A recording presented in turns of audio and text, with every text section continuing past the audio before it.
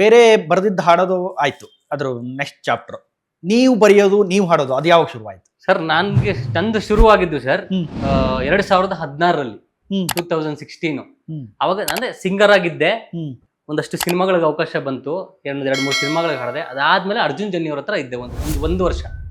ಅವ್ರ ಹತ್ರ ಅರ್ಜುನ್ ಜನ್ಯ ಅವ್ರ ಹತ್ರ 1 ವರ್ಷ. ಎಲ್ಲಿ?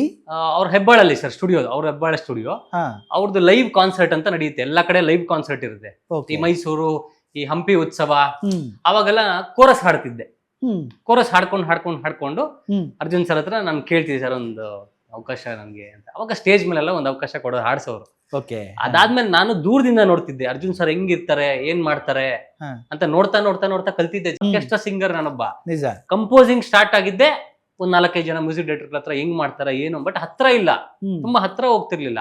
ಓಕೆ. ದೂರದಿಂದನೇ ಕೋರಸ್ ಹಾಡುವಾಗ್ಲಿ, ಇದನ್ನ ಹಿಂಗಾಡು ಹಂಗಾಡು ಅನ್ನೋದಾಗ ಅವ್ರು ಹೆಂಗ್ ಕೀಬೋರ್ಡ್ ಇಟ್ಕೊಂಡು ಹೆಂಗ್ ಕಂಪೋಸ್ ಮಾಡ್ತಾರೆ ಹ್ಮ್ ನೋಡ್ತಾ ಕಲ್ತಿದ್ ನಾನು ತಿಂಗಳಿಗೆ ಒಂದ್ಸಲ ಆಶ್ರಮಕ್ಕೆ ಹೋಗ್ತೀನಿ. ಹ್ಮ್ ಹೇಮಂತ್ ಕನ್ನಡಿಗ ಅಂತ ಆಶ್ರಮ ಇದೆ. ಹ್ಮ್ ಹ್ಮ್ ಅದು ಬಿಟ್ರೆ ಕೆಂಗೇರಿದಲ್ಲಿ ಒಂದು ಆಶ್ರಮ ಇದೆ. ಇವಾಗ ತುಂಬಾ ಆಶ್ರಮಗಳಿದೆ. ಹ್ಮ್ ಸೋಷಿಯಲ್ ಮೀಡಿಯಾದಲ್ಲಿ ನಾವು ನೋಡ್ತಿರ್ತೀವಲ್ಲ, ಎಲ್ಲಾ ಆಶ್ರಮಕ್ಕೆ ಹೋಗಿ ಎಂಟರ್ಟೈನ್ಮೆಂಟ್ ಅಂದ್ರೆ ಅವ್ರು ತುಂಬಾ ಬೇಜಾರಲ್ಲಿ ಮನೆ ಬಿಟ್ಟು ಬಂದಿರ್ತಾರೆ, ಇಲ್ಲ ಮಕ್ಳಿಗೆ ನೋಡ್ಕೊಳಕ್ ಆಗ್ತಿರಲ್ಲ, ಅವ್ರನ್ನ ಅನಾಥಾಶ್ರಮಕ್ಕೆ ಬಿಟ್ಬಿಟ್ಟಿರ್ತಾರೆ. ಹೌದು.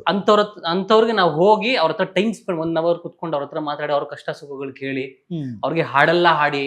ಈಗ ಎಷ್ಟೊಂದ್ ಜನ ತಾಯಂದಿರು ಇರ್ತಾರಲ್ಲಿ, ಹ್ಮ್ ತಾಯಿ ಬಗ್ಗೆ ಹಾಡಾಡ್ತೀನಿ ಅಲ್ಲಿ ಹೋಗಿ. ಹ್ಮ್ ಎಷ್ಟೋ ಜನ ತಂದೆ ತಂದೆ ಬಗ್ಗೆ ಹಾಡಾಡ್ತೀನಿ. ಹ್ಮ್ ಸೊ ಆತರ ಅವ್ರಿಗೆ ಹಾಡಿದಾಗ ಅವ್ರು ಚಪ್ಪಾಳೆ ಹೊಡೆಯೋದು, ಅವ್ರ ಮುಖದಲ್ಲಿ ಖುಷಿ ನೋಡೋದು.